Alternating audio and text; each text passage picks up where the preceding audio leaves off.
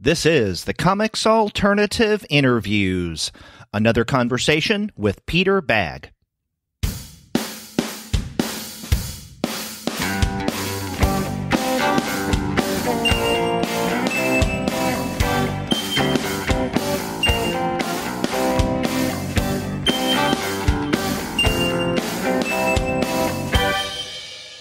Hello and welcome to another episode of the Comics Alternative Interviews. I'm Derek.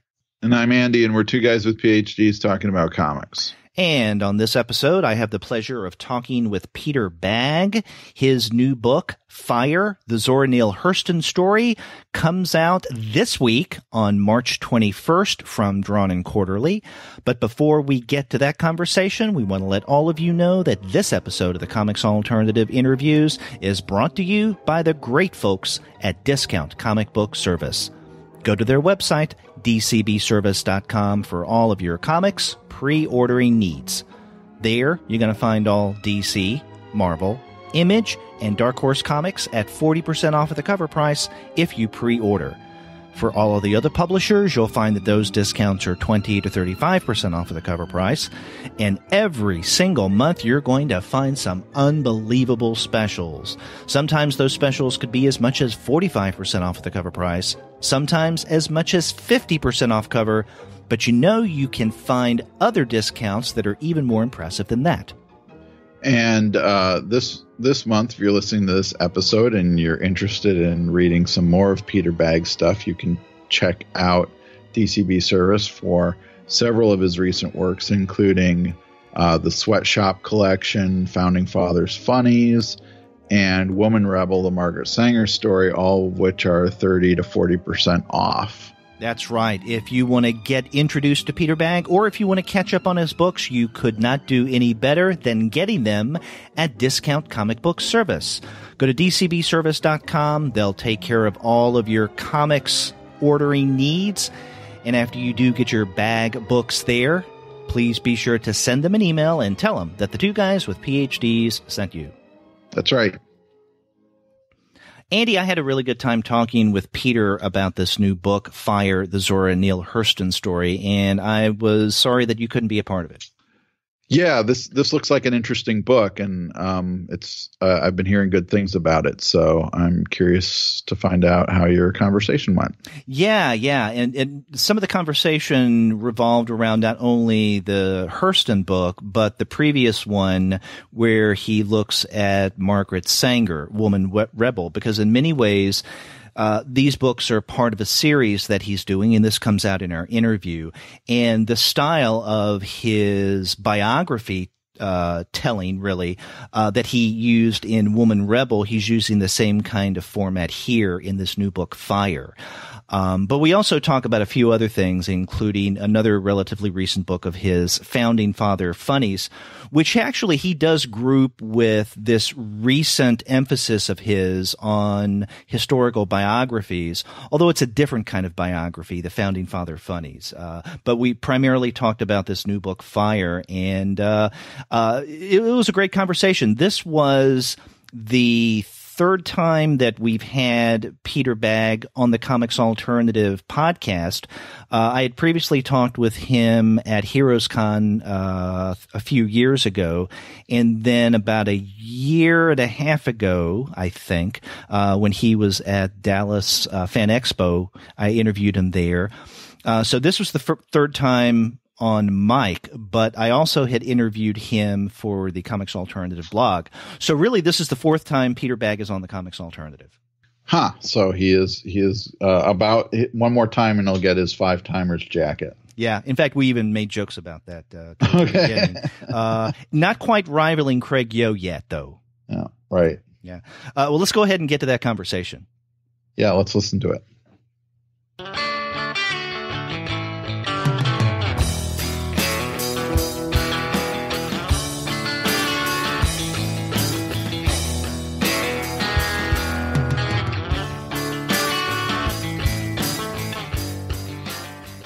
I'm happy to have on the Comics Alternative once again Peter Bagge. His new book, Fire, the Zora Neale Hurston Story, comes out on March 21st from Drawn & Quarterly. Peter, welcome back on the show. Oh, that's great to be here. This is a third time you were just telling me, right? Yeah, this is the third time that you're on the podcast, but I interviewed you another time for the blog. So you're becoming a regular on the Comics Alternative. I think in terms of the number of interviews, you're rivaled only by Craig Yo. Oh, me and Craig Yo. Yeah, I was going to ask you who's been on the most. He has, I've lost count now how many times he's been on, but if we include that text-based interview that we did for the blog, this is your fourth time with the Comics Alternative. Oh, boy. So, yeah, and, next time you get a T-shirt. Okay, great. So there you go. That's a rule I just set up now. I'll be your co-host. yeah, there you go. Maybe we can add that as a Patreon reward level. There you go, being a oh, geez, that might saddle you with somebody awful like me. Yeah. Well, think of this particular interview maybe as a test run. Okay. Well, let's talk about fire. And one of the things that I found useful at the very beginning of the book is you basically address a question that I think most readers will probably have, and that is, why Zora Neale Hurston? And so maybe encapsulate some of the stuff that you discuss in that introduction and tell me a bit of more personal level of your first experiences with Zora Neale Hurston's writings. Well, as I discussed in the introduction, I really can't recall precisely the circumstances regarding how I wound up reading my first book by her. And not surprisingly, the first book I read by her is Their Eyes Were Watching God, which is by far her most famous book. Mm-hmm. I can't even remember exactly how long ago it was, but it had to have been quite a while, 30 years maybe. And I just have the vaguest recollection of somebody, and I don't know who, recommending that I read it. And maybe they lent me a copy. Maybe I went to the store and bought it. Again, I don't remember. It's not really very typical of something that I would just read on my own, certainly. But and when I did read it, for the first couple of pages, I struggled with that very thick, unique dialect that the whole book is told in. This Southern, Black, Eatonville-based dialect that I personally think can't be that reflective of a typical Eatonville, Florida dweller. I think that Hurston just had a great ear for colloquialisms and expressions, literally would collect them, write them all down, everything she heard, and she would just regurgitate all of them in her stories. So I don't think that everybody spoke as cleverly and as poetically in her hometown as she wrote. But anyhow, after struggling with the first few pages of the book, which happens to a lot of people, some people never get past the first few pages, I suddenly detected a rhythm. I suddenly could hear the person talking, if you know what I mean. Mm-hmm. And then all of a sudden, I had no trouble with the dialect at all. And also, once I caught up with it and got used to it, I also saw how funny it was. She was, even when she was talking about very dramatic or sad circumstances, she would always inject a certain amount of humor just with the way she uses the language. And I greatly appreciated that. I like funny.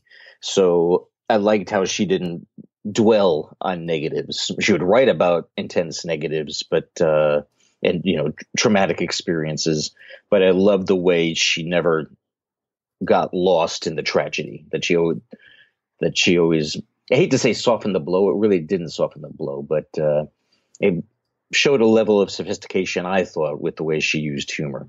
Anyhow, as the years after I read that book, then I read her autobiography, which is also probably her second most famous book, and that's called Dust Tracks on a Road. Mm-hmm. And when I read that, even though my background is very different from her, she lived in a different era.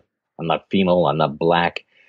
So for surface reasons, I don't have much in common with her, but there was something about her worldview, just the way she perceived things, that I really responded to. She just struck me as a very likable and, again, very funny person. But I just kind of thought that we shared a similar worldview, which again, many years later, as I read more by her, especially essays by her, as well as reading more about her, I realized that our political worldview, or our political views, which are almost inseparable from our worldviews, are almost identical. She was very much a libertarian, which is how I define myself politically. And I think that almost in every way, shape, or form, she's a libertarian. I'm still routinely surprised when people would describe her as a conservative, a black conservative, because certainly I would hope that after people read the book, that they still won't think of her as a conservative. I mean, she was a rule breaker in every sense. She made up her own rules, made up her own way of living her life. She was without precedent, and so that qualifies as conservative. I just don't know what the word conservative doesn't have any meaning anymore. Right. And, one of the things that I noticed in the book is you spend quite a bit of time with Hurston in those moments from her life where she does either take a stand or where she resists a particular pressure of some sort coming from either friends of hers or people who are part of, let's say, the Harlem Renaissance, or who had certain ideas about what it meant to be a black artist or black intellectual, or even, I guess, politics, liberal and conservative, but primarily liberal, in a broader sense, where she kind of pushes back at times, almost being a contrarian, yes, and establishing her identity that way. Well, by a certain point, like I would say by the late 40s, early 50s, her politics were very contrary to most of her peers, or specifically other black writers. Black intellectuals, in that they were almost uniformly hard left. I can't offhand think of a single example of anybody in that time period that at least didn't present him or herself as very hard left. Socialist or even communist. Mm-hmm. And so politics involves it isn't binary. It isn't just left right, even though most people lazily think of it that way. When you go on to Twitter, it's almost like 99.9% of the people are always thinking left right, and there's no up and down. And that is what she really struggled with, was trying to get people to understand that it isn't just either government should do this or government should impose that. She goes, how about very little government?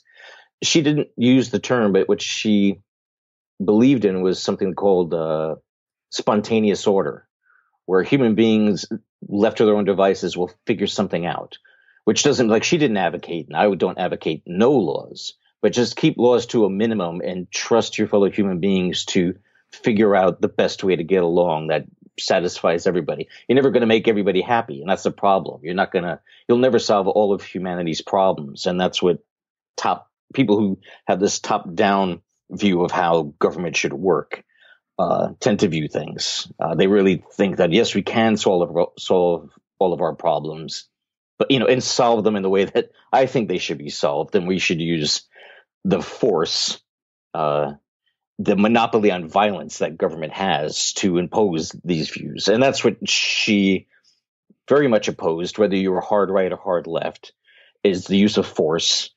And she had such a hard time making that clear. She had to repeat herself constantly. And she probably, when she was talking one-on-one with somebody about these issues, I'm sure they would grasp it and would grasp where she was coming from. But once she would be out of the picture, all of her peers would then be back in their bubble and reinforcing their own ideas, their own prejudices, and all of a sudden they'd be othering her again. She's like, because she doesn't agree with this on A, B, and C, she's a right winger. She's a conservative. They go snap back to this binary way of looking at things. Right. Now, we know that, Alice Walker in the mid-1970s, started to bring more attention to Hurston and her work. And then it wasn't until the 1980s that she really did start to gain some traction in terms of a renewed literary attention.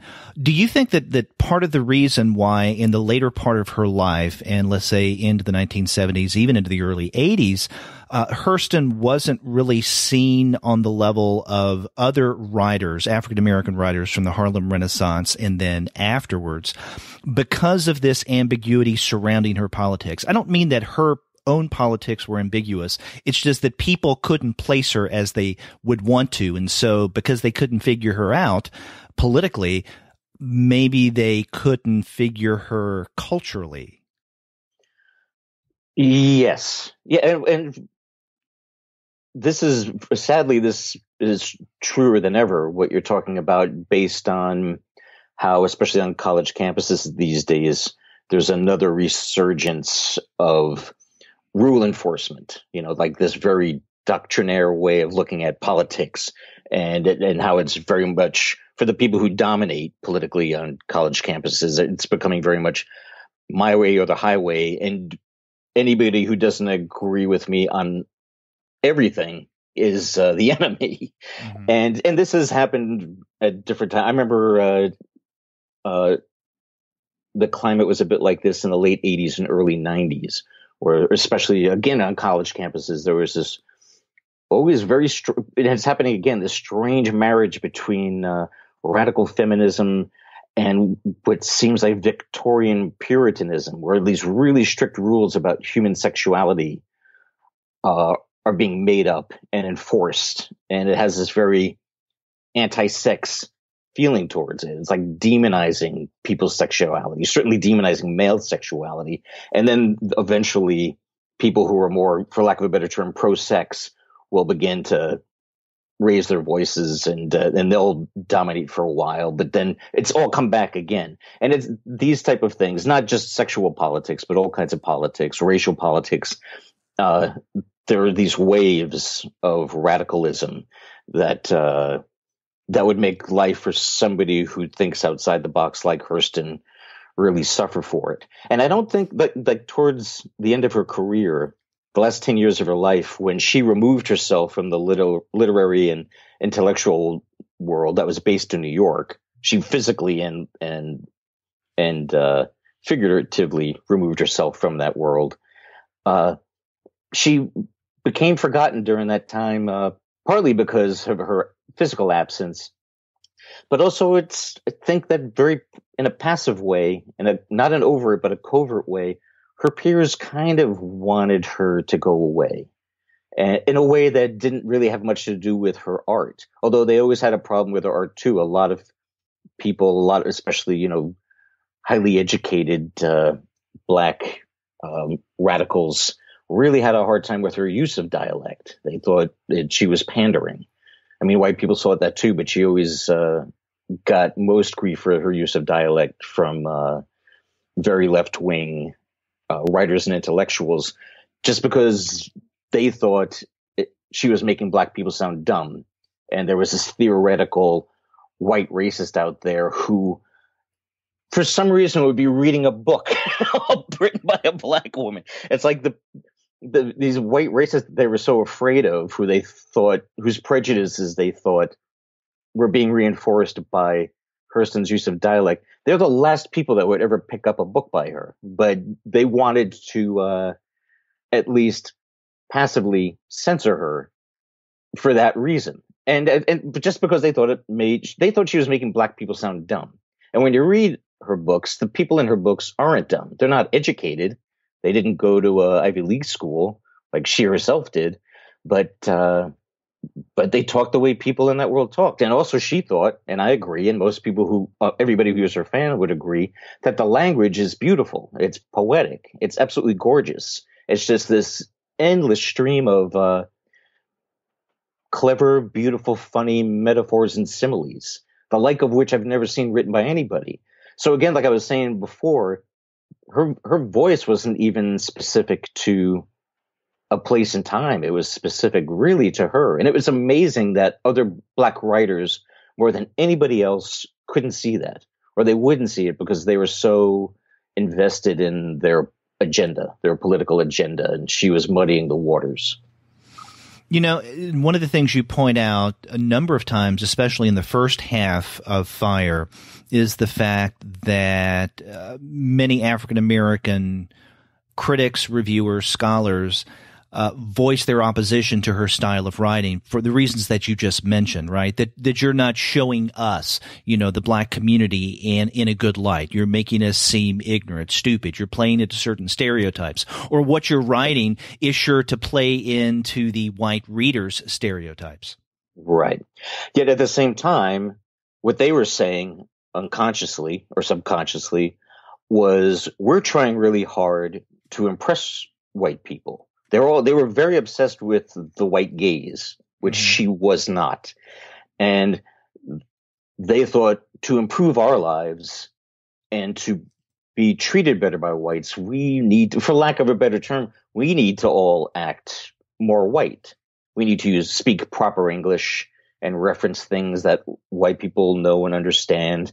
And so while we're trying to do this, the last thing that we should be doing is wallowing in these backwoods stories about backwoods people, and their crazy superstitions. It's like, this is counter to what we're trying to accomplish. Interestingly, Hurston did not have a problem with her friends, quote unquote, acting white. But she herself stubbornly, almost like as a point of pride, she stubbornly always kept her thick Southern accent. She refused to clean it up and go Northern, for lack of a better term. But she never I didn't come across one instance of her criticizing a friend or a peer for, in almost every way, acting very white, the way that they were kind of encouraging her to do. So basically, because it goes back to her saying everybody should do what they want. Do what you want. You want to be that way, that's fine. But let me be my way. and I wish and try to appreciate what it is I'm trying to do. Can't you put your political agenda aside, at least for as long as it takes you to read my book, Right. And, one historical figure that seems to be, I guess, the focus of some of this intolerance is Alan Locke. Yeah. Who himself, was intolerant in some of these things that we're discussing as it applies to Hurston in her writing style. But at one point, and I think it was on page 27, you say in the notes in the back of the book that you used Alan Locke here as a representative figure. He comes in on a party that some of the people are having, and at this party is fried chicken and watermelon, and Locke gets really pissed off. Right. He's still obsessed with the white gaze, even though there are no white people at the party. Yeah. Although later we see that when Hurston witnesses Mary Barnacle taking a picture of a young black girl eating watermelon, she gets upset. Yes, she actually got triggered. So she also could be susceptible to symbolism, and she did, in that instance, she did overreact. She overreacted in the sense that her fellow folklore collector, Mary Barnacle, a northern white woman, who was taking a picture of a little black kid and ultimately who was eating a watermelon. So it was like the quintessential pickaninny photo. But Barnacle said, like in the strip, Barnacle said, look, I'm taking a picture of this kid because he's cute. And he's really cute sitting there eating this watermelon. And you agreed with me. Before I took the picture, you agreed with me that he's a really cute little kid. Something that I think I went into a bit in the back notes too, that contributed to this triggered moment that Hurston had then, where she completely lost it on this woman, was Hurston herself was very, very sensitive and defensive about black children when white people are around, even if that white, or maybe even especially if that white person was politically very progressive, liberal, so to speak, because she was just simply terrified of, regardless of intentions, of the white person saying something to the white adult saying something to the black kid that would imply in any way that blacks are inferior, even like saying, even something as seemingly insignificant as saying, I'm surprised at what a good reader you are. Because in her mind, she goes, you're surprised why? Because he's black? Is that why you're surprised he's a good reader? And it was mainly because she was terrified that this subconscious assumption of inferiority would rub off on the kid, that it would scar the children. And she grew up in an all black town, so she had very few opportunities growing up of that happening to her. But that was one thing that you could say she was, again, for lack of a better term, very politically correct and really sensitive. And she got more and more that way as she got older. She was very protective of small black children in that sense. And that also had a lot to do with why she was opposed to not segregation, but forced segregation in schools. She was really worried about at best, the unintended messages that black children would pick up. And she also was offended by this notion that black children are bound to learn more and become better students simply by being in the proximity of a white student, I mean, she made a lot of good points about, that's something that she had. It's one of those things that she had to repeat herself over and over, and it never would sink in with her peers, with somebody who might be interviewing her, where they'd say to her, you're against integration? And she goes, no, I'm against forced integration. I think before I said segregation, she was against forced integration. But she did believe over time that more and more people would integrate, but do it on their own terms, like she herself did.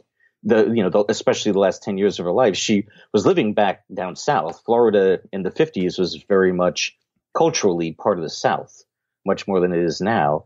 But she lived a very integrated life. Half of her friends are white, and she would just bounce from house to house, party to party. And by then it made absolutely no difference to her. She didn't shift her attitude or personality at all as she would visit these different friends. But it had everything to do, or it had a lot to do with the effect it would have on black children. One of the things I admire about your historical work, although I guess I want to leave out now from what I'm about to say, Founding Father Funnies, because they're intentionally funny. But I'm thinking in particular of not only this new book, but also Woman Rebel, is that you take your subject and you show them in a positive light, or those facets to their personality that, we should admire, that we should look up to. But at the same time, you don't shy away from the less pleasant or less appealing side of their personalities.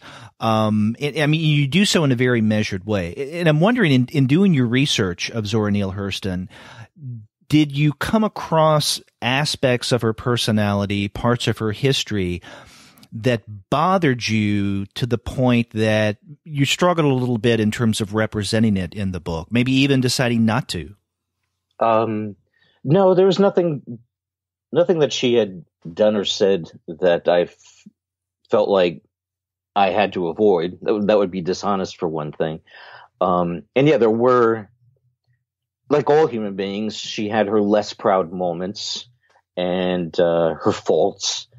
But none of her faults did I find completely objectionable. In fact, even some of her friends, like Carl Van Vechten, famously said that Zora's faults were the things that he liked best about her.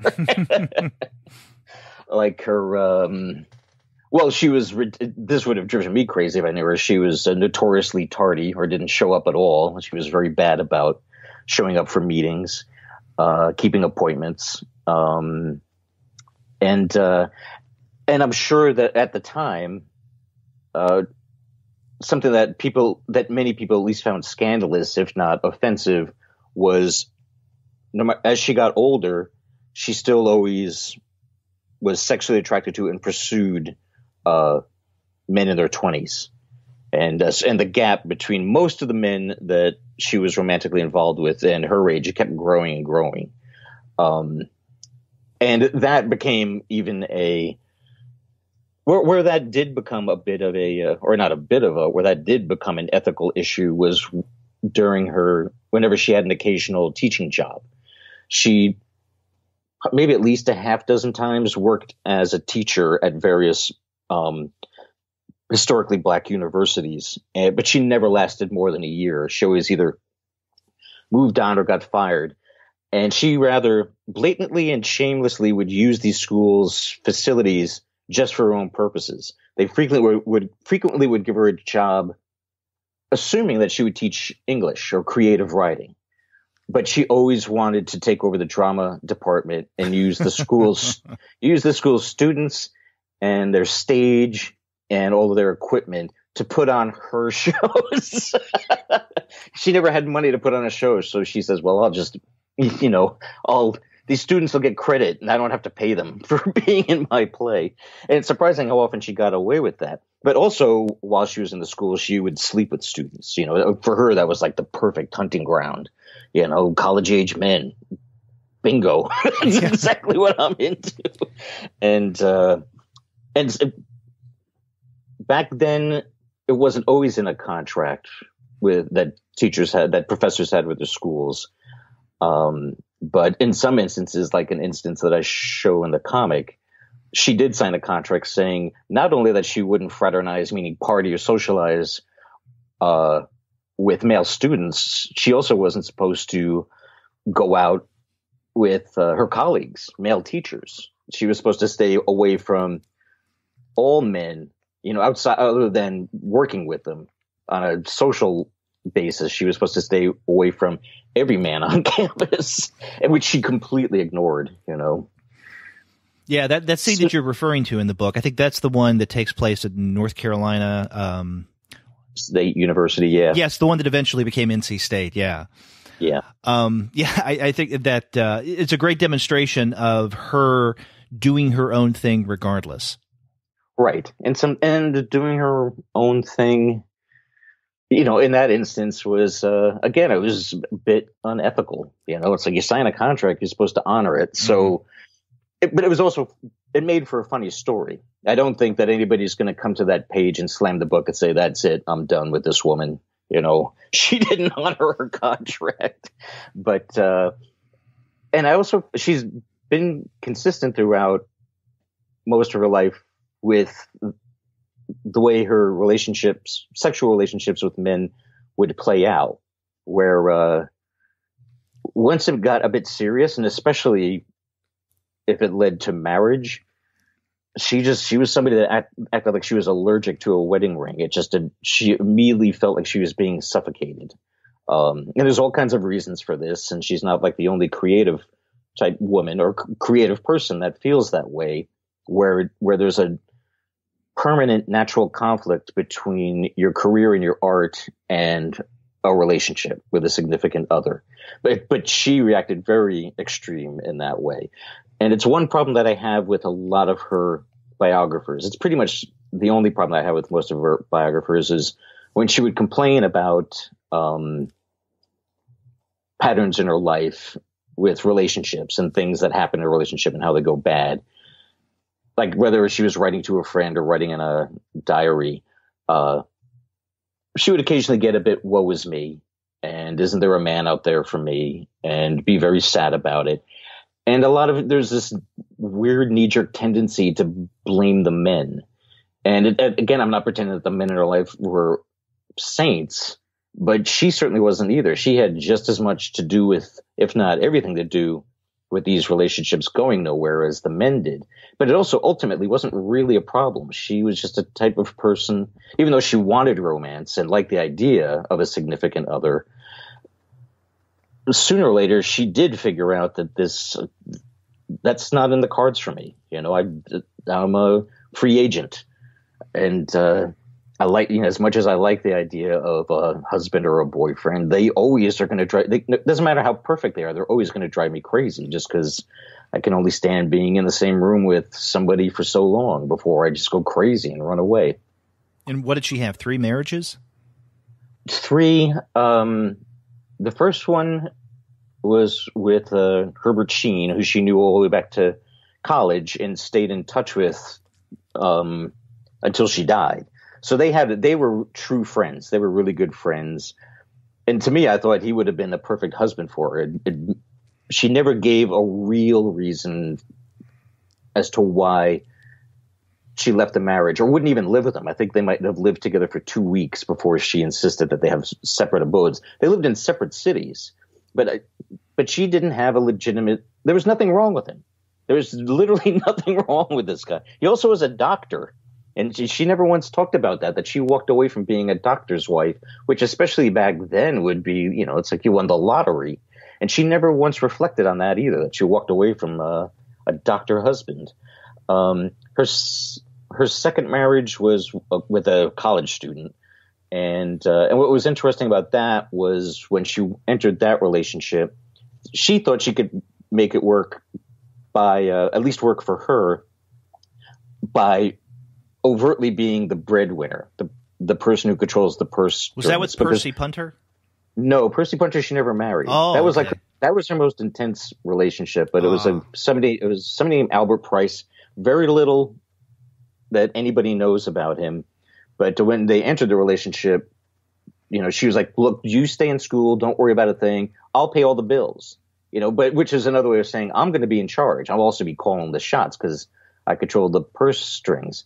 She never talked very much about it, and only recently did some letters, at least from her to him, show up, where she wound up actually somewhat afraid of him. I think he was a guy that did become very macho. First of all, he was way too young. He was immature. I mean, how could he not be immature, especially in relation to her? The age gap was huge. And I'm sure, or I'm just assuming, that he probably very quickly resented that she was the one making the money, and that gave her control over him, brought out his, his macho, it brought, his chauvinism, let's say. And apparently based on some very recent letters, it sounded like he may have, if it didn't become violent, became close to it, because she sounded like she was sincerely afraid of him. And then her last husband was actually somebody that was pretty close to her age. Can't even remember his name. And there's like almost no information out there. Some for the Hurston scholars had dug up. It was just all court papers. That's all they know about this last husband. He was a pharmacist, but there's even a debate about what state he was from. And all they know is there's a marriage license, and then there's a divorce papers, and that's that. That's an interesting irony in that Zora Neale Hurston, in many ways, gained much of her reputation through her work as a folklorist, right, doing anthropological research. And yet there are large chunks of her life that, at least as of now, are undiscoverable, or at least haven't been discovered yet because of a lack of these kind of records that she researched. Yes. That's true of that was a little bit true of Sanger. Right now I'm working on another biography by an author named Rose Wilder Lane, where there are also, especially early in her life, big, huge chunks where the available information is is very minimal. And also, like Hurston, it mainly was like when they were in their 20s. Their 20s were like their lost years. Even with Sanger, her 20s were the lost years, only in that during her 20s, like for a whole decade, she led the life of a typical middle-class suburban mom, which is, when you think about Sanger's life after that, is shocking. That she lived for, the earliest part of her adulthood was very conventional. Whereas with Hurston, she practically disappeared. And all we know about what happened then is from her. And then she also is very cryptic and vague, very sometimes deliberately so, with what happened to her during that time. And also, she's also a writer. She's a writer of fiction, which automatically makes her prone to hyperbole. The same with the same exact thing is I'm going through now with Rose Wilder Lane, where while she was in her 20s, there's, letters to and from her. There's just not that much there. She was married only once, and it was during this time. But it's very hard to piece together a clear picture, not only of her one husband, but also what their relationship was like. It obviously wasn't ideal because they got divorced. But and so most of what we know is her writing about it much later, writing about that part of her life much later, and very much, and again, like Hurston, in fiction form, where you have no choice but to take their word for some of it, while at the same time knowing that they're exaggerating their heads off too, just for entertainment's sake. Mm-hmm. Well, one of the things that's really clear from both Fire and the previous book, Woman Rebel, is that you do a lot of research when you're preparing for one of these kind of texts. Tell us about how much research. When did you begin doing the research on Hurston, and how much did that involve in terms of just the sheer number of manuscripts you went through? Well, both Woman Rebel, the Sanger book, and Fire, they both took me almost 3 solid years of labor. So I know I got to find a better way to make a living. I don't know why I keep doing these. That's a lot of work for not that much money. But I usually, once I settle on a subject, and I officially begin researching the person, what I'll do is I'll take what is, as far as I could tell, what is universally considered their most comprehensive biography, and preferably a more recent biography. And I'll read that as a starting point. From there, I try to read as much material that person, my subject itself, had written. But Sanger wrote an awful lot, and I read everything that I could find that Hurston wrote. I don't think there's much, if anything, that Hurston wrote that hasn't been uncovered. I think, even going back to her college days, I think everything has been found and in print. And one great thing for her too is that literally everything she ever wrote still is in print. They're all kept in print, which is good. With the woman I'm writing about now, Rose Wilder Lane, even though she was very successful in her heyday in the 20s and 30s, most of what she had written isn't in print, and you have to buy it on eBay for like $250. So it's to read a lot of what I can't find or find for cheap. It might make sense for me to just go to the library at the University of Missouri, where all of her records are kept, and just spend a week in the library there reading all these out of print novels. But I think I lost track of what you were asking me. No. My process. The process behind the research. Right. So then I read everything that the people that I'm writing about wrote. Then I'll go and I'll make notes, stick Post-it notes here and there, to help me remember some events or turns of phrase that I wanted to reuse. Then I'll read other biographies or partial biographies.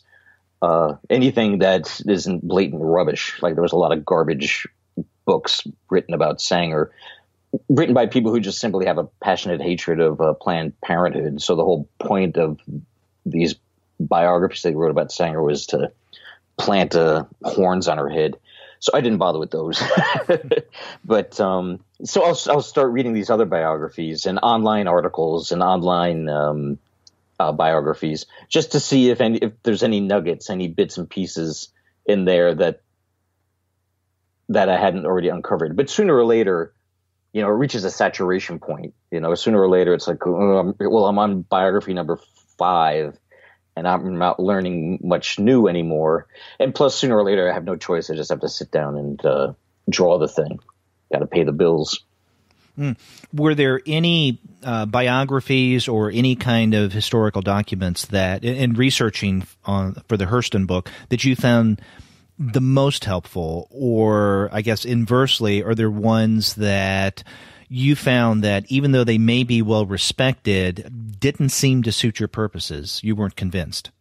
No, not with Hurston. Well, with Hurston, with her biographical material, there's 2 major touchstones. One is the very first biography written about her, written by a guy named Robert Hemingway, and he, along with Alice Walker, the two of them almost single-handedly, except that there's two of them, working separately, resuscitated her and her reputation and her career. Now, so Hemingway wrote a very long and as comprehensive as he could make it biography back in the late 70s. But he knew that there was a lot out there that remaining to be uncovered, because she was so forgotten, so buried, literally and figuratively, that even as the book was going to press, I'm sure people were finding old letters, old manuscripts, that they were still presenting to him. So he knew that the job wasn't done. In fact, even in his book to this day, or at least to the edition that I have, which wasn't the first edition, it still lists Hurston's birth year as 1901, when which she, through most of her life, claimed it was when she was actually born 10 years earlier in 1891. He didn't even know what year she was born, which must have caused him confusion as he was trying to link everything together from her early days. There had to have been some big gaps.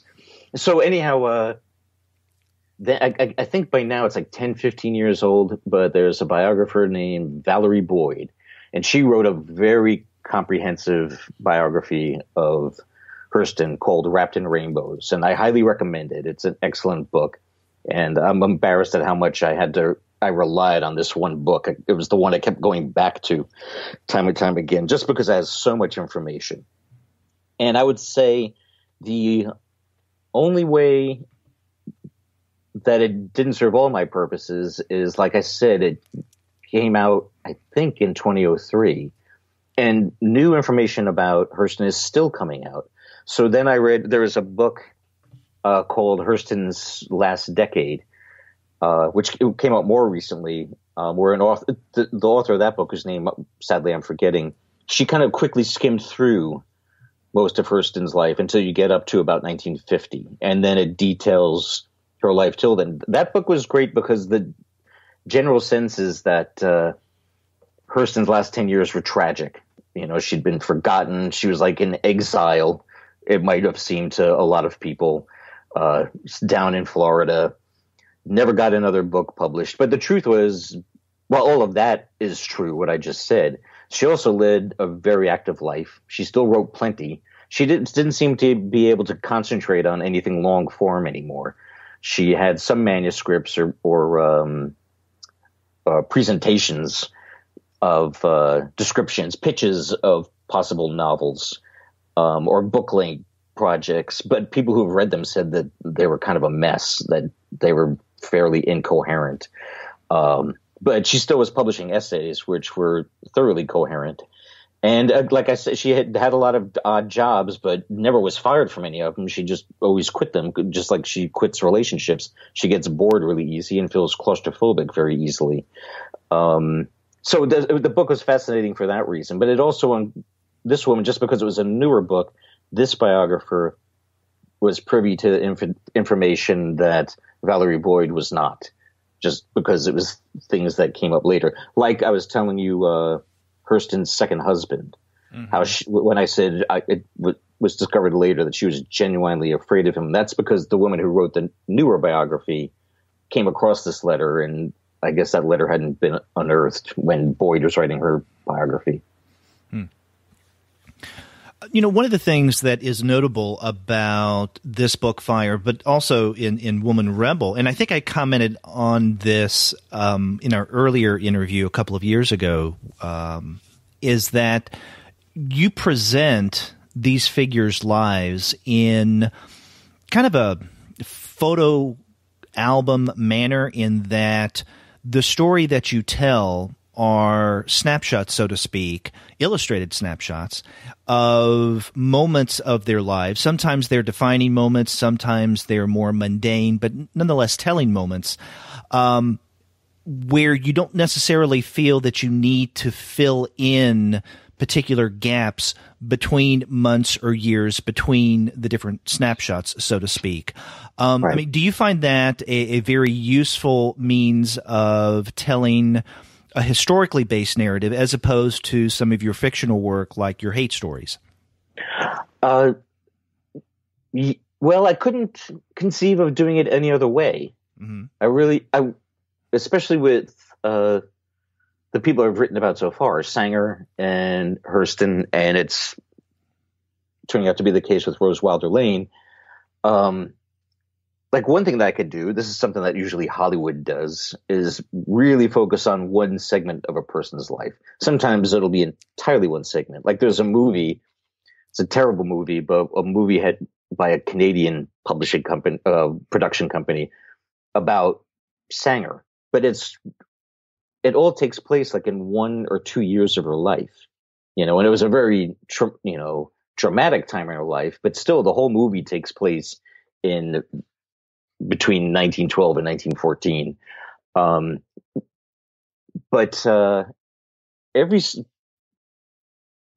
every part of their lives to me is interesting, even their old age. It's like even if they officially, quote unquote, go into retirement, they're still very busy. Like while Sanger was retired, she also funded the invention of the birth control pill. So that doesn't sound like most people's version of retirement. And the same as I was telling you with Hurston, her last 10 years were very busy and even still creative and fascinating. So it's like, how do I not write about this? So yeah, it is very episodic, and each page tends to be standalone. Maybe every now and then there'll be a 2-page scene, and or even more rarely a 3-page scene. But yeah, it's like milestones in their lives. And then, like, even those moments that are, like you said, are quieter moments, that's when I try to piece together elements that had been going on like that year or even a few year stretch. And I'll just have people in the dialogue reference things that are going on rather than like trying to show everything. I'll just have somebody reference, "Oh, remember you when you were in France and this happened," just so that the reader knew that something happened in France, for instance. But yeah, like I said, I can't picture it doing it any other way. What's been suggested to me, and I've noticed that almost like even with comic biographies, they do this, and movies do this all the time too, is the use of flashbacks, jumping around in time. And of course, movies do this all the time for TV for dramatic effect. But even as a viewer, I'm always a little bit annoyed with flashbacks. It's hard to explain why. It always seems like a cheap way to make something not all that interesting more interesting. And if the person's life is interesting, and if the person's life does have a natural narrative flow to it, then why the need to hop around? Why the need to revisit? It's like this assumption that the reader or the viewer has to be reminded that the protagonist was abused when they were 13, so we have to show that now or show it again. Whereas I'm like, the reader's going to remember that unless he or she is an idiot, or it's a book. He can go back and look again. Right. But yeah, I always find flashbacks a tiny bit annoying. I've never used them once in my life. All these years of writing comics, I've never once used a flashback. Never once? Never once. Wow. Yeah, unless, let's say a major theme of a work of art, writing, film, what have you, is time.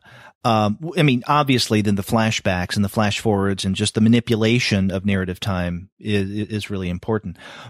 But one of the things that I guess you demand of your reader by not using flashbacks is you're putting more of the burden on them. Burden in a good way, of making sense of the story, making sense of this individual's life, and trying to interpret it on their own terms with the facts and not with any kind of manipulation like, going back or forward in time.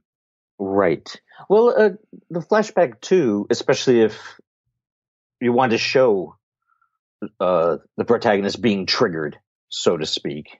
That seems a bit over dramatic. I think that the way I'm telling the story and keeping the line straight, the narrative line and the timeline straight, and not jumping around, is then you get a better sense of how the protagonist is experiencing this. So again, using that really cheap analogy of, like, oh, well, she was abused when she was 13, and now here we are 30 years later, and there's an event that, because of the character's past experience, will respond in this way.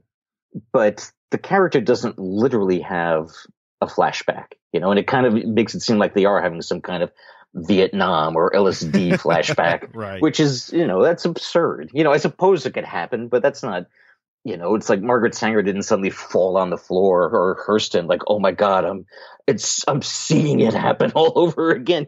They didn't do that, but also it's in their past. And so there'll be a part of their mind that even if they're not clearly remembering it, they're responding in that Pavlovian way because of what happened in the past. And the reader will also, and even if it's a faint memory, they'll also remember back on page 12 that this happened. And so just like the protagonist, the reader also is hearing that echo, from an earlier page. Right. In going back through the book after my first reading, I was looking at, again, keeping in mind your style of these episodic moments out of Hurston's life. And there were, I guess, 3 instances that I noted that seemed to be noticeable shifts in your narrative style. And 2 of those were when you relied on Hurston's text or texts themselves as a large part of what that page or what those pages were about. In the first instance of this, and I remember, and you even note this in what you were doing in your notes, the extensive notes in the back of the book.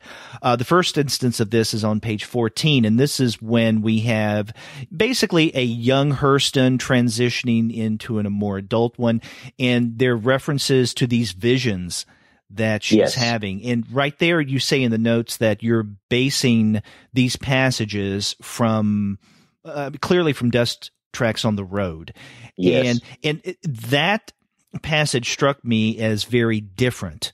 Not only because it was a transition from a younger to an older Zora Neale Hurston, but also it's the way you draw it is as creepy as hell, where she has these visions of 2 faceless women with weird looking flowers.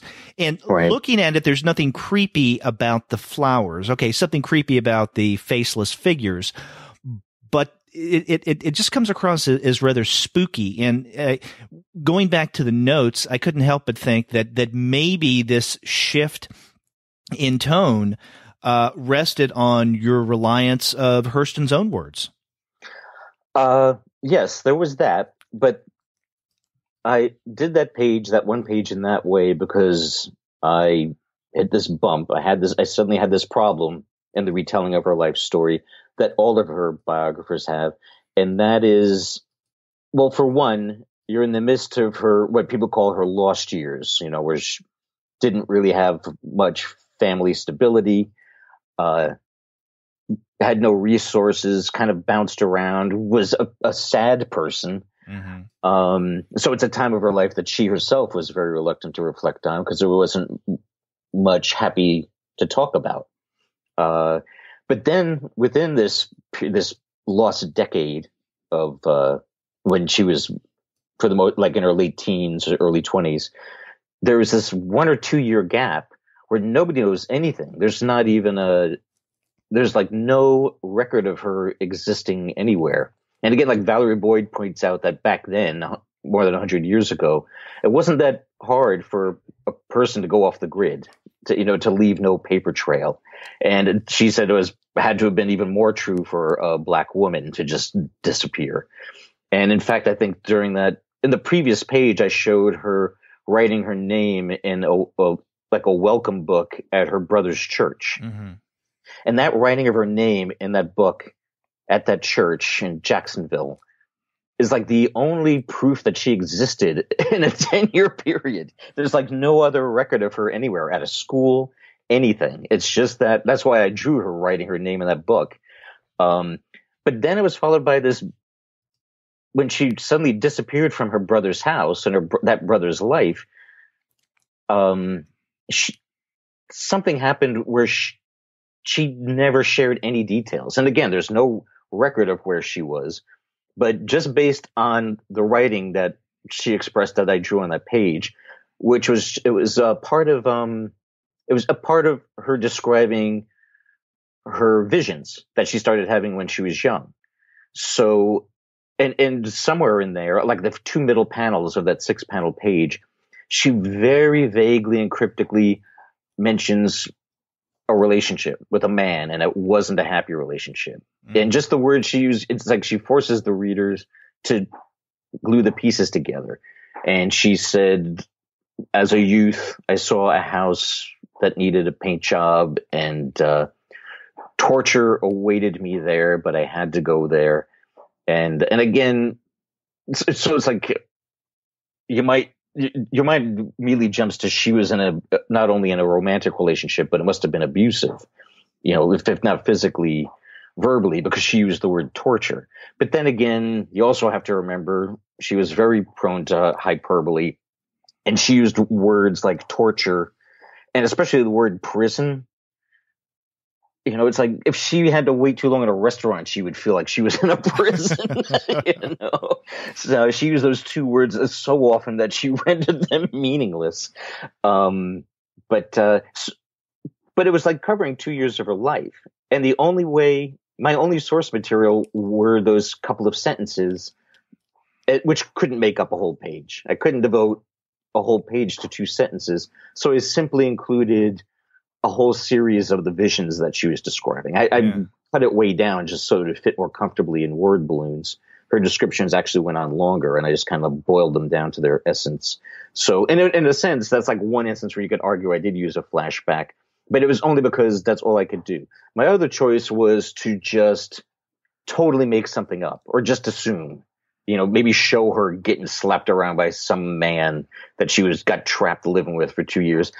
But the reason I didn't do that is because that may not have been what happened. Right. I don't want to see her spending 2 years getting physically abused if that never happened. I don't know what happened. So I had no choice but to just show things exactly the way she vaguely described them. And the other passage where you rely more heavily on her words, specifically "tell my horse," is on pages 55 and 56 when she's in Jamaica. And I think on about all of those, the top of all of those panels, you actually quote her passages from "Tell My Horse," correct? Yes. And then the panels have her acting out what she's describing. Yes, there is one where one page takes place in Jamaica, mm-hmm. and Haiti. Yes, it was a bit of a mix. Some of it was, and again, I paraphrased like crazy just to make it fit in a comic panel, the tyranny of the comic panel. But but also I stuck in there things that she had written to friends. Like I think when I showed her in Haiti 2, I also conflated it with her writing to various people the process that led to the writing of Their Eyes Were Watching God. It was interesting while she was there to research mainly voodoo culture in Haiti, that she also wrote her masterpiece while suffering from gastric distress and planted under a fan since it was so oppressively hot down there. And there are a few other pages too where it's her speaking, and it's all in the captions, maybe just 1 or 2 word balloons here and there. But and what's in the captions are all me paraphrasing either something from one of her books or from her letters. One page too where there is a total shift in POV is where, and I don't remember what page number it is, but she goes to Chicago, and there's a young dancer / student anthropologist whose name suddenly escaped me. God, what was her name? I don't have the book in front of me. She was a well-known, she had her own successful dance company. I remember, of course, now that I'm going to look this up now because it's going to bug us. Right. Yeah, look at it. But while you're looking it up. Katherine Dunham. Katherine Dunham. And I didn't read Katherine Dunham's autobiography, but that's where the passage came from. but Valerie Boyd, Hurston's biographer, used it. And I just thought it was very telling and very funny. First of all, it was very self-deprecating on the part of Catherine Dunham. She exhibited a great sense of humor about herself in describing her insane jealousy when she met her, while at the same time admiring the hell out of her. But also from that point on, too, became very competitive with Hurston, like beat her to Jamaica. It was like a race between the two of them to see who can get a grant first and do a research tour of Jamaica. But anyhow, with that one page, there's a total POV shift where everything is being perceived through her. For the most part, it's always it's like third person or Hurston herself. But there, it's like we're seeing everything that's unfolding is going through Catherine Dunham's eyes.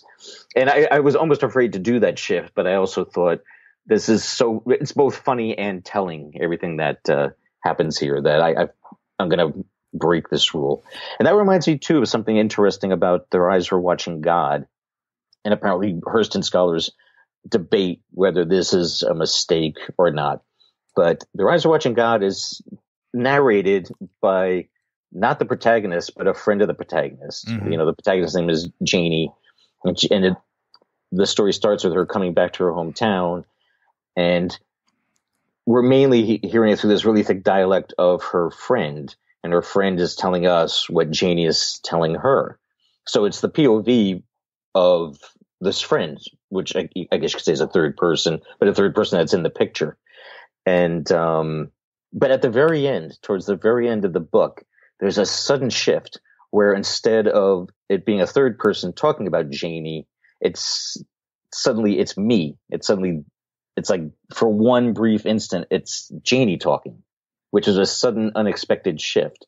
So people wonder, was that like just some lazy last minute mistake? Or what other people think, and I prefer to think this, is she waited till the very end to let the reader know that Janie was her.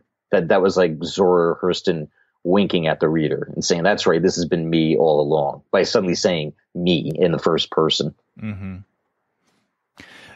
Another passage in your book that really stands out to me, and this is one that, I don't think that there's a stylistic shift, but it's one that I think brings home many of the points that define Hurston in your book. And this takes place on pages 28 and 29. This is right when Hurston, Nugent, and Hughes decide to start a literary magazine, Fire. And for those 2 pages, they're all fired up, so to speak. And one of the things I really enjoy about this, or appreciate about this passage, is, yes, we do get to see the personality of Zora Neale Hurston. We get to see her in some of her defining qualities, her anger, her forwardness, her sense of humor, all of that. But at the same time, what you do on these 2 pages is to point out some of the larger political and cultural issues that she and others were struggling with at the time, that in many ways also defined her career and defined the way that we look at her. The fact that she's railing against people like W.E.B. Du Bois, who she calls Mr. Doobie or Dr. Dubious. Yeah, which is hilarious. Yes, exactly. Part of that humor here. And then Alan Locke and others. And they're talking about, feeling oppressed, being expected to be a part of the new Negro movement. And, this is when, for me, and this is about the center of the book, almost literally the middle of it, this is when a number of these outside political and cultural forces seem to converge and to kind of hammer out what she and some of these others will eventually become. And of course, it's interesting that some of these figures take different routes, right? The direction that Langston Hughes went in his career, both the art, the politics, and all of that, was very different from the direction that Zora Neale Hurston went in hers. But it seemed like there are a lot of these pressures that you're articulating here over these 2 pages that went on to define much of what these creators turned out to be. Right. And those are my 2 favorite pages in the book. And the book almost started with those 2 pages. While reading all these biographies of, especially the big one, the Boyd one, that that was key. This Hurston still being fair, all of them were new to the Harlem Renaissance movement. The Harlem Renaissance movement was new, and it was a real flash of heat. It was like it might have lasted maybe 5 years, really. Like from like 1925 till basically the Depression killed it till 1930. But this is right in the middle of it, and so all of these elements clashed, and I also related very strongly to Hurston and her friends, and what they were going through and the pressures they were feeling as young artists, where they felt like other people, or established people in particular, were trying to use them to push their agenda.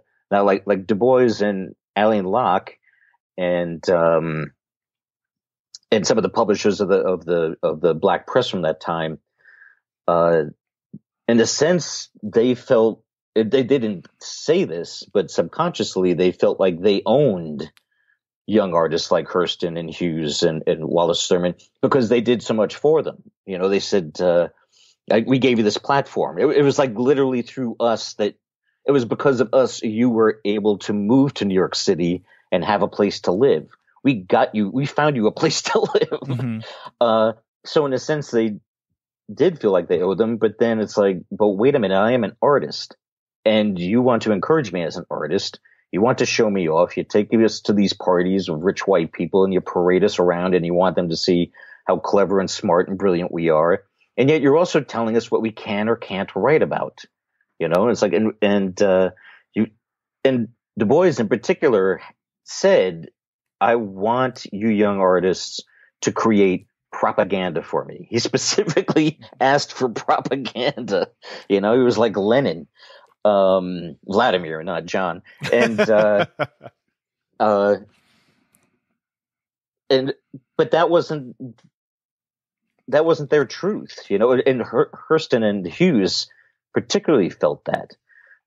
They were constantly being told, don't show the dirty other side of black life. People talk about that too much. We're all about Negro uplift. We got to show that we can be, awesome, productive, basically show them as productive, clean, honest living, middle-class folk, when the way they wanted Harlem life to be presented, somebody like Alain Locke, is to just show nuclear families who avoid drinking to excess and go to church every Sunday. And that certainly was some people who lived in Harlem, but it wasn't everybody. And Hughes in particular was like, I want to write about everybody because everybody's interesting. And in fact, the people that you want to focus in on, the black middle class, they're the least interesting. They're boring, and it's like, I shouldn't have to show those people in my art. Like you have a magazine, you write articles, you have surveys. Just tell the public, yeah, there's a big middle class, a big growing middle class in Harlem. That should be enough. But that doesn't make for a good story. That doesn't inspire me. But what did inspire him was drunks and prostitutes. And same with Hurston. Yeah, it was all walks of life, all walks of life. And Hurston in particular loved to go back to her roots. Those were always her favorite stories. So she always, even with her anthropological work, her folklore gathering, that was just another way of going back to her roots. They were all entirely about looking for other Eatonvilles. It's just like, well, what do all these people in this small rural backwoods place believe in and do? What's their tradition? So it was, again, she was just doing variations on Eatonville. But again, the people who ran the show, specifically Locke and Du Bois, they were clearly unaware of how oppressive they were being. I don't think all of them ever had a real honest conversation about it. I think these younger artists that I showed on those 2 pages were too intimidated. But even still, when Fire came out, they were devastated. Especially Du Bois just reacted like they just kicked him in the nuts. He was he was so offended because he goes, "I've got the Crisis magazine. I publish art and poetry. That's not enough for you kids." But yeah, I also related to it because there was a period in my life when I was young and relatively new to New York City and wanted to do comics, wanted to do art. But at that time, there was, being in New York City, the art, if you hung around with artists, there was this, for lack of a better term, this fine art sensibility that was the top. It reigned over everything else. Everything else was lowbrow and stupid. If you didn't approach things from, to me, it was just another genre, but people who love fine art don't think that what they like is a genre. But it was just a way of packaging, presenting your work. And specifically he had good reason to do it, but specifically to the efforts of Art Spiegelman and Francois Mouly, he was trying to marry that sensibility through Raw magazine with comics. Mm-hmm. And he was trying to get cartoonists, and he was succeeding, getting them to think of themselves as fine artists and almost self-consciously present their work that way. And with Raw magazine, it was like an art gallery that you held in your hands. And he succeeded, and there was good reason for it. It was to get, if nothing else, get more people to read comics and appreciate it, and but create another income stream. This one way to lead to us all becoming college professors, if nothing else, is to get people who work at colleges to treat us seriously. But I had a big problem with that for two reasons. One is I thought that the fine art milieu, the fine art sensibility was largely bullshit. And so I didn't want to pander to bullshit artists who looked down their nose at me. It seemed like a form of self-hatred. Mm-hmm. And also as a reaction to that, I wanted, after I had met my own group of people, which consisted back then of like John Holmstrom and Bruce Carlton and Ken Weiner and J.D. King. And we got together and put out, our fire was Comical Funnies, and we got it out of our system pretty much. It was as short-lived it was 3 issues, but it was just a cheap tabloid. But the elements that led to its creation and what we wound up doing was identical to what Hurston and Wallace and Hughes and Nugent were doing on those 2 pages. It's like I could not relate to them more. And a lot of it was political too, because there are also, then as now, when you're moving in artistic circles, there is still that general, really hard left political worldview. And there's a lot of, either consciously or otherwise, there's a lot of policing going on. You feel very much obliged to stay in that world, and either it's much more comfortable to either go along with that political worldview or at least pretend to, just to not make waves, Mm-hmm. And so me and my friends reacted to that. It's not like, and again, it's not like we were all the opposite. I didn't. Some of my friends back at that time at least went through the motions of pretending they were right wingers. Although, a few years later, they suddenly were communists, a couple of them. But it was, the dynamic was identical. Yeah. So that's another reason why that was a centerpiece for me, those 2 pages of them deciding to make their own magazine. It was partly because I related to that scene so much.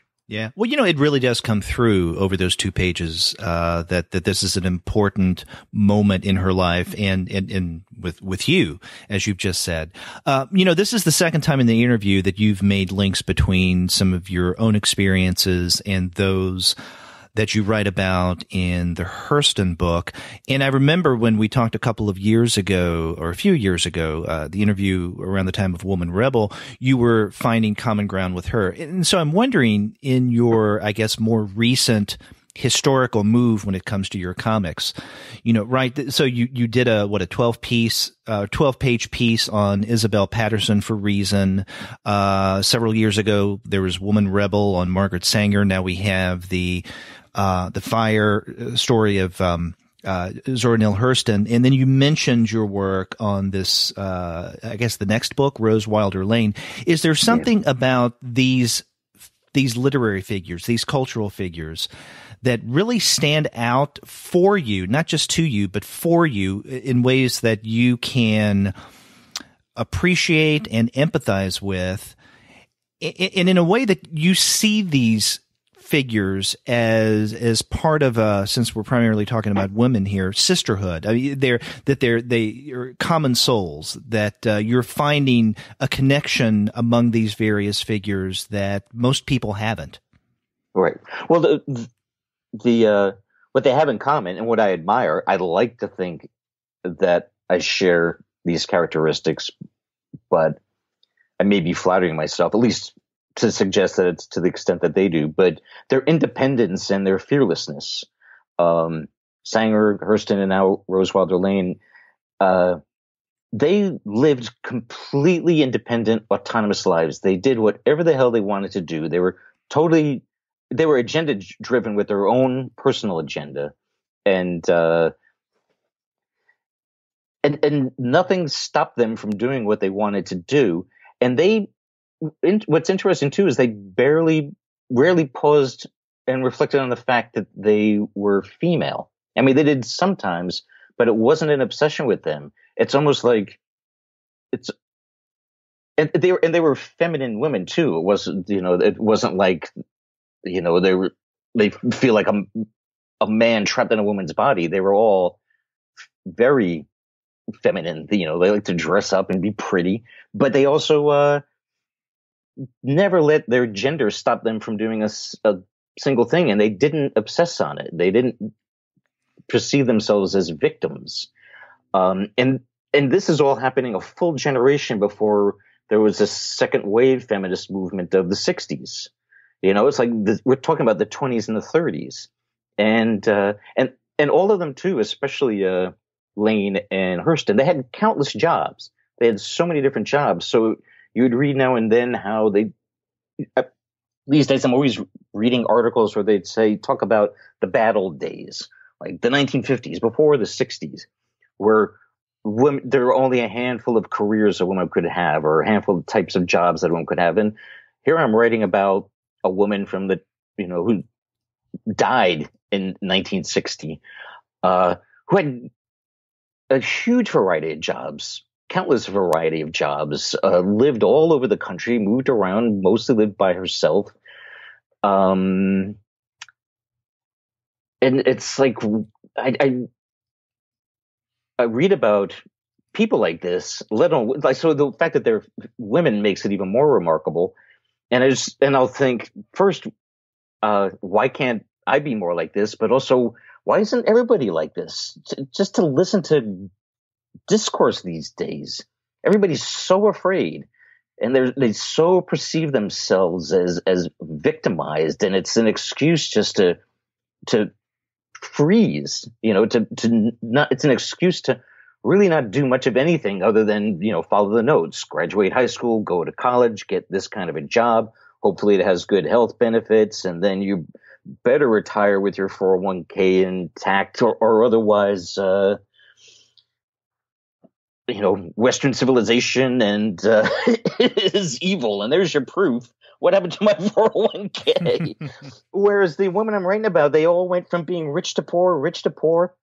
They didn't like being poor, but their response was always, all right, well, what do I have to do? It was never, I'm going to sit here and whine and cry and society has to change.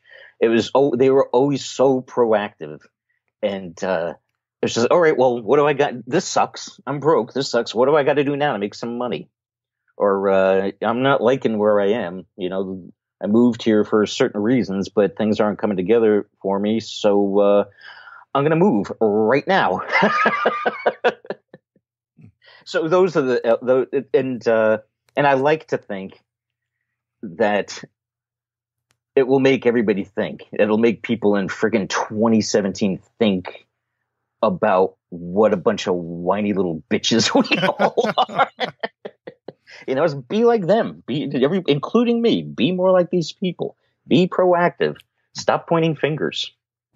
Now, last year you published the various Founding Fathers Funnies strips that had appeared in Apocalypse Nerd and Dark Horse Presents, and this is also, obviously historically based work. Now, how would you place this, or would you place this within, let's say, the historical biographical works that you've been doing lately, such as Woman Rebel and Fire? How is the Founding Fathers different? Or would you place them within the same, I guess, basic phase of your career, if we can call it that? Yes, yes, because I drew a lot, especially in that book collection. The longest stories, being 8 pages long at most, were done while I was also working on, for the most part, the Sanger book, but even a little bit with the Fire book. So it's all being done around the same time, and it's also they're also biographical, and they also resulted in big, huge piles of books on my desk with Post-it notes sticking out of them. But other than that, with the Founding Fathers, for the most part, there were some exceptions, like somebody like a John Lawrence, but otherwise everybody knows not only who George Washington and Ben Franklin were, but also what they were like generally. Almost everybody has a picture in their mind of, John Adams's personality, and Hamilton, especially now Hamilton. But I haven't seen the play, but I really wonder if his take or interpretation of Hamilton is anything like mine, But other than that,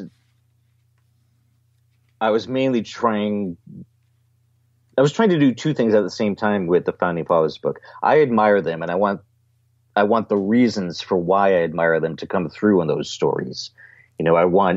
I want their greatness to be somewhat obvious, but I also want their intense goofball personalities to come through. It was mainly the way all of these larger-than-life figures interacted with each other. Like Adams by himself. Well, to me, he's always funny, but funny as I'm laughing at him. Mm-hmm. But also, as soon as you put him in a room with anybody, Hamilton, Jefferson, to me, it just immediately becomes comedy gold because they immediately start to clash. There's a clash of the titans right away, but not leading to like monstrous fistfights, but just exposing their egos, it's just their ridiculous egos all hanging out of their pants, So so it was comedy. It was like history and comedy I was trying to convey. Yeah. Well, we also saw last year a really nice boxed set of neat stuff, and I'm wondering if we may get something like that for Hate in the not-too-distant future. That's something that I've talked about with Fantagraphics a couple of times, especially recently. Basically, all of the Hate books are collected in these 2 volumes. One is called Buddy Does Seattle, and the other is called Buddy Does Jersey. Mm-hmm. And those books are evergreens, relatively speaking. They're always selling, and they're like in their 5th or 6th printing. So a problem of doing a new big box set hardcover is, would that kill the sales of those paperbacks? Basically, as long as those paperbacks are still moving, why would we want to upset the apple cart? If we ever see a marked decline in the sales of those 2 Hate books, then that would be the time to repackage the Hate stuff. But so long as they're selling, those smaller, cheaper ones are selling, it seems like be self-defeating. Yeah, that makes sense. I was thinking of something really like an omnibus that would include not only the original Hate, but the Hate annuals, the Bradleys, and just basically everything that you've done surrounding the Hate world. Right. So to speak. Yeah, no, that sounds good. Yeah. And it's definitely in the cards. I mean, we don't have a date in mind, but again, it's just it comes down to when it would make the most economic sense to do that. But everybody wants to do it. Exactly what you described. That everybody likes that idea. Let's put it that way. Everybody, meaning me and Gary Groth and Eric Reynolds, we all agree that eventually that'd be a great thing to do. Okay. And one last question before we go on Fire. Something that you point out in the introduction is that one of the things that defined Hurston's personality was her flamboyantness, and not only in the way she acted, but also in her manner of dress. And you said that in so many words that you kind of regret that you had to tone her dress, her wardrobe down a bit in the comics for logistical purposes. And I was wondering if there were specific instances of the way that you might have wanted to draw her in a perfect world, that you didn't have to worry about, let's say, the logistics of the visuals in the book. Right. Well, maybe something, if I had a reason to do it, something that might be fun is to just, who knows, maybe even make a Hurston paper doll and and to just have some of the more extreme outfits that a lot of these extreme outfits that she would like wear to a party or even go to the laundromat wearing were literally costumes. It's like almost every day was Halloween for her. Mm-hmm. Or if it was like a real event, she like I was studying more closely even after the book was done, and I was putting together a PowerPoint presentation for the book, and I was looking very closely at these grainy black and white photographs of her and blowing them up. And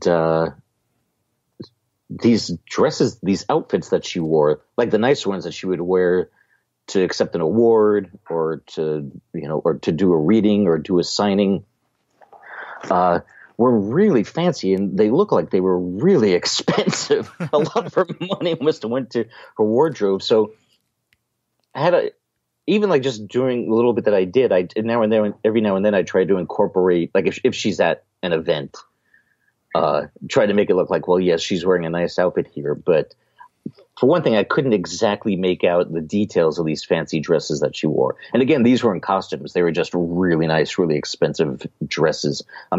Unfortunately, I'm not an expert on style and fashion, least of all from that era. But it was very high fashion the way she dressed. And I kind of wish I could have captured exactly what these very elaborate, fancy dresses were all about. Also, what color they were, I only came across two color photographs of her taken at the same time in the same pose that Van Vechten took of her. And I used that as the basis for the back cover of the book, where she is literally wearing a traditional Norwegian skiing outfit.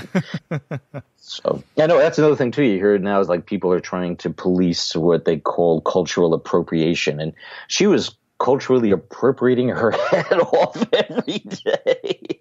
A Norwegian skiing outfit. It's like, yeah, sure, I'll have my picture taken in this for all posterity. Yeah, I would have had no idea what that was had you not included that information in the intro. Right. I kept looking at that like what is this? And did Van Vechten tell her to put it on? It's like, is this like some kind of a joke? Did he force her to wear this? But then I find out it's like, no, that's something that she would have worn all day. She stumbled across it. And a lot of these outfits probably were borrowed. She had one foot in theater. Probably every time she went to a theater, she probably went digging through the costumes and asked if she could keep something or borrow it. It's like, and a lot of it, like, again, a lot of it would be almost today would be considered very politically incorrect. She liked to dress up like a Native American. She liked to dress up like a squaw, like costume, like very traditional. She was from Florida, so she had lots of Seminole Indian accoutrements, which I think, I don't even think being black would have helped her today if she walked around, going, yeah.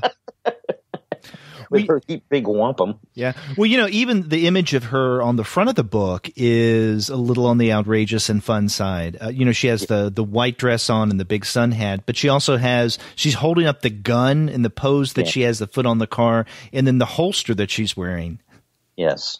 And she told people that again, she was like trying to justify the expense, but she told people that she was about to embark on her first ever folklore finding expedition. She didn't know what exactly to entail. She was by herself, had no male protection. So she told people, I bought the gun and the holster and the bullet belt to protect myself. This is just simply self-protection. But I also can't help but think it was also, I want my picture taken with a gun.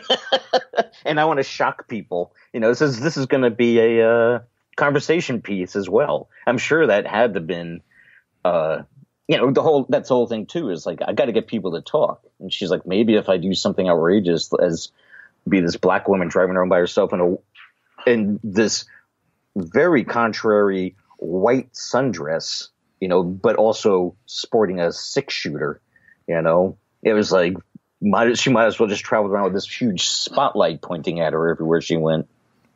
Yeah. And also it tells us a lot about her character and her personality, who she was. Yes. And, you absolutely do capture a good bit of who Zora Neale Hurston was in this new book, Fire, the Zora Neale Hurston Story.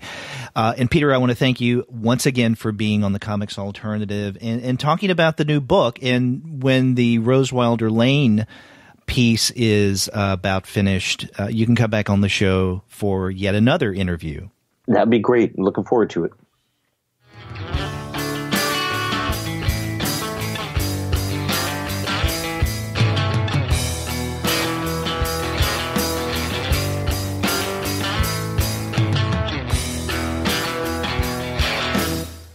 Well, that was an interesting interview, and I'm curious to check out that Zora Neale Hurston biography now. I hadn't gotten that yet. Yeah, it's a really good book, and I think that it will stand up nicely along with other, let's say, secondary texts that deal with the writings of Zora Neale Hurston. And, over the years to come, I'd be interested in seeing if and how Bagge's new book is incorporated into college and perhaps even high school curricula. Yeah, that's a good question, because there's a lot more of these kind of graphic biographies of writers and other historical figures.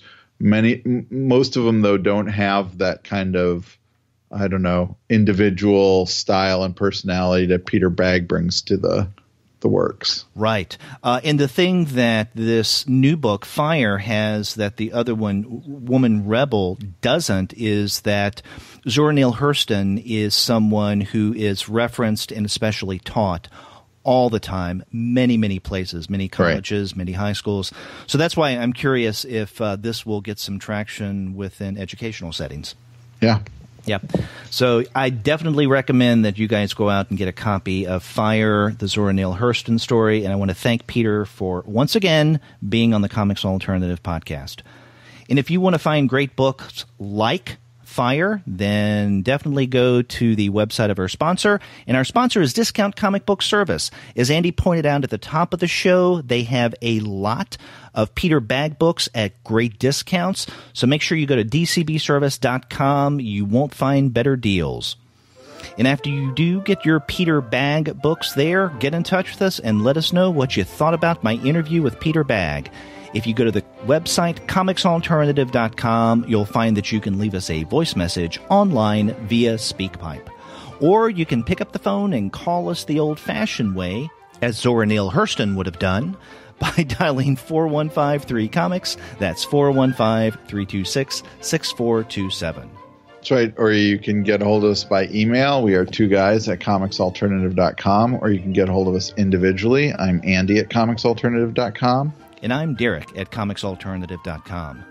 You can also check out our Twitter feed at the number 2 guys with PhDs. That's right. But we're elsewhere on the social media sphere, such as Facebook, Tumblr, Instagram, Google+, Goodreads, Pinterest, and YouTube. You can subscribe to the podcast through iTunes. You can stream us on Stitcher. You can find us on TuneIn, on iHeartRadio, on Spotify, and on Google Play Music. But you can find every single one of our podcast episodes, as well as the reviews and comics-related commentary that we post on our blog, simply by going to our website, which is comicsalternative.com. That's right. All the ways to get a hold of us, let us know how we're doing, and find out what we're doing. That's right. And Andy and I can let you know that this is going to be a very busy spring season for us when it comes to interviews. We've got quite a number of them lined up, so be sure to check back often. We're going to have some great talks. Yes, we will. Yes. Until then, I'm Derek. And I'm Andy. See ya.